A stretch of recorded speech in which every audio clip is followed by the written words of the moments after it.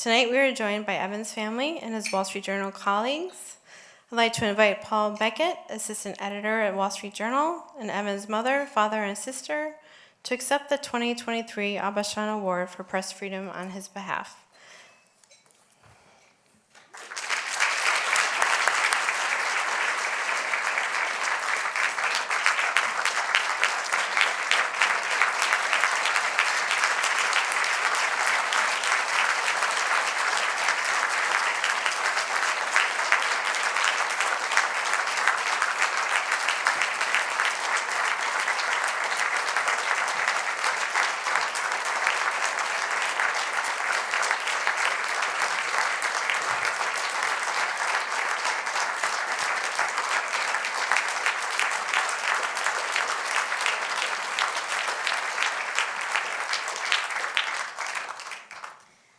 Thank you so much for honoring Evan with the John Aubuchon Press Freedom Award. Before Evan's arrest, I didn't have much understanding of the journalist community he was part of. I knew about his dedication to his dream job as a Russia correspondent for the Wall Street Journal, his drive to find the next story, even on his supposed days off, and his remarkable talent. However, these past 8 months have been a revelation.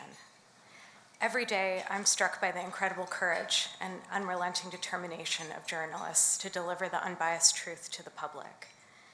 As Evan remains in prison, we are continually amazed by the solidarity shown by news organizations and journalists worldwide for one of their own. My family and I are profoundly grateful for the support extended by the National Press Club. Each individual within these walls has lent a hand to families like ours, thrust unexpectedly into the public eye. I would especially like to thank Bill McCarran, whose unmeasurable kindness and belief in Evan's eventual release inspires us every day.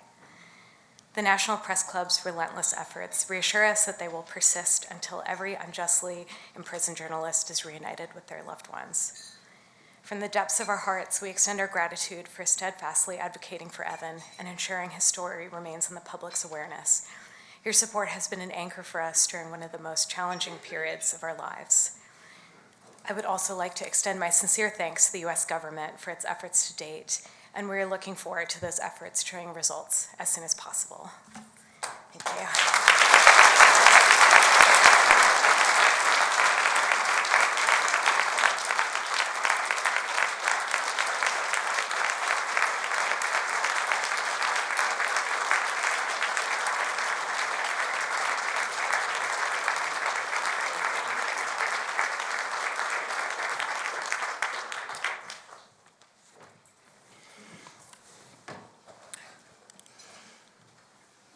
Thank you very much, and congratulations to all of tonight's honorees.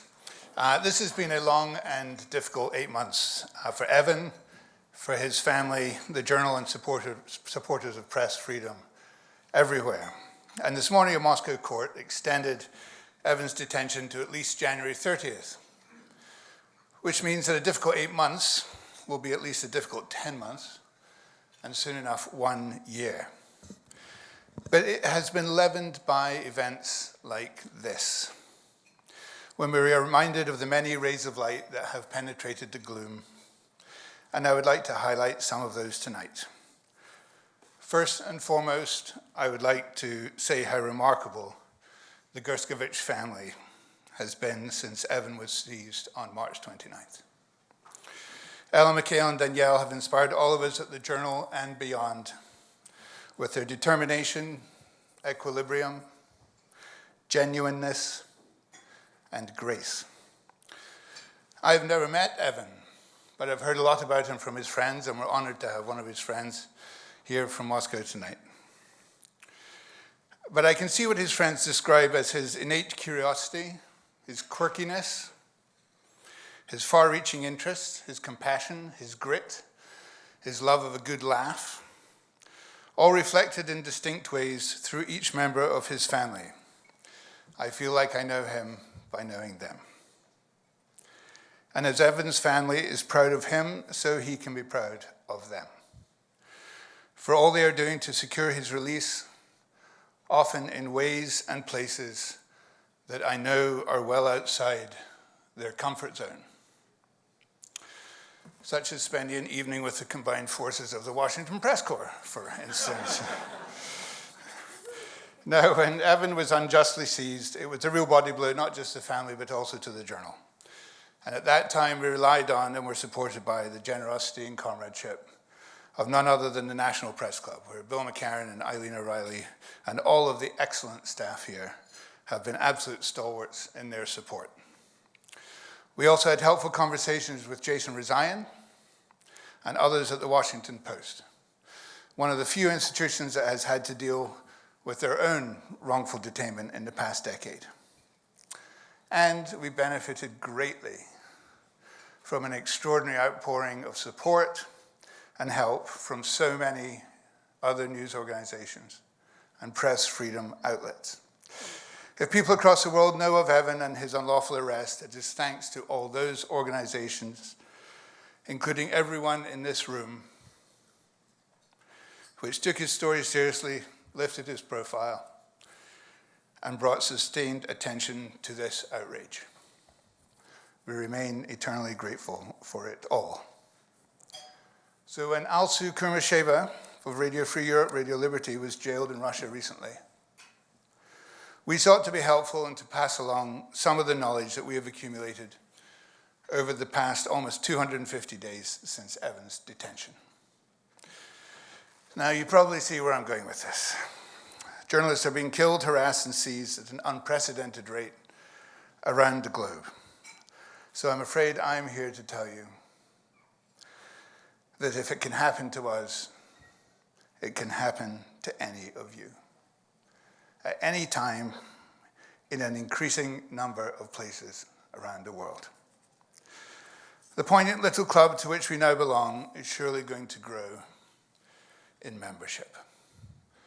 That is a perilous state of affairs for US journalism and its determination to follow the story wherever it leads.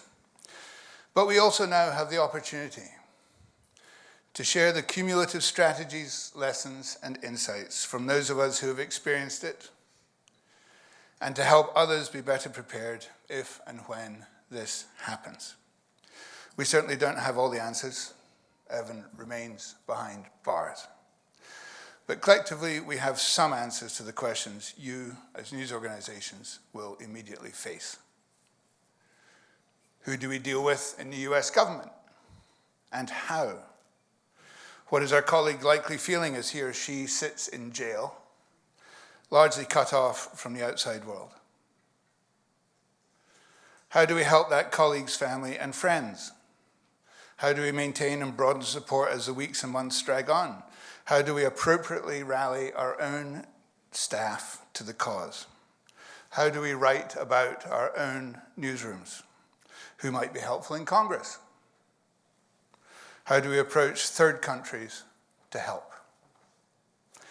And finally, how can we all encourage the US government and other nations to find creative ways to deter autocratic regimes from doing this to our reporters, to break the cycle of unlawful seizures and unsavory exchanges?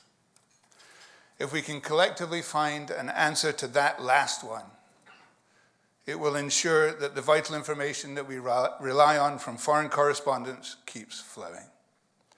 It will ensure our staff are protected, and it will reinforce the freedom of the press that underpins our free society. In an increasingly dangerous world, it is all a very daunting challenge. The good news, based on our experience of the last 8 months, is that help is out there. We stand ready to offer that help to whoever may need it. And as Evan approaches a new year falsely imprisoned, I hope we can continue to rely on your help too in shining a light on this atrocity. Thank you very much.